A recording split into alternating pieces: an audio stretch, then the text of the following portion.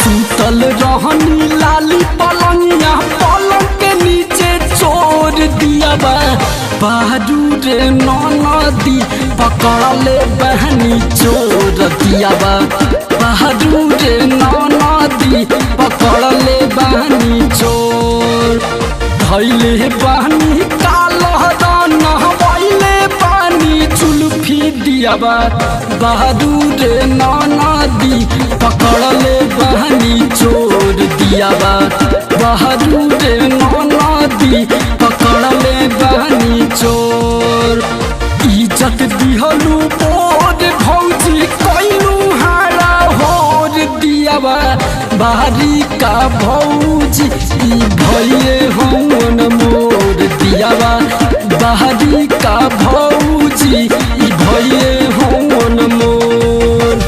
दिया बा दिया बा दिया बा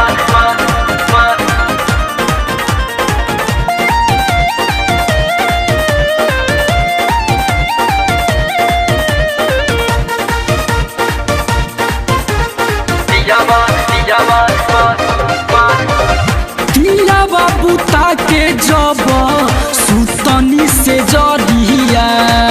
भर मलयखिया धैलस भडया कबरिया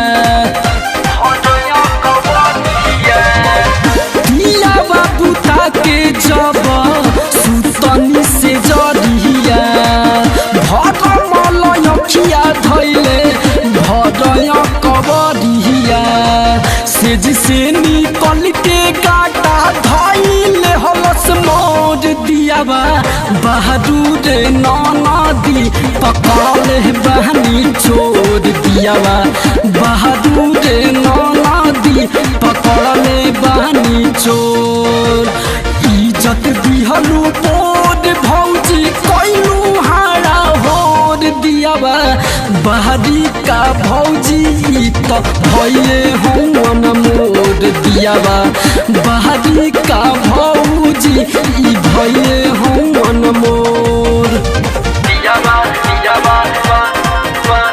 दिया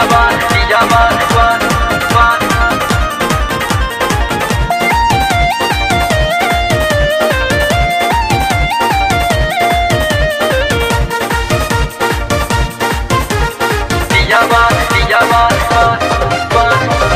जाते ही धुमामा में खुद बुद्धि भौए तू दन बलमुआ के याद ना हुए जाते ही धुमामा में खुद बुद्धि भौए उमे सब बलमुआ के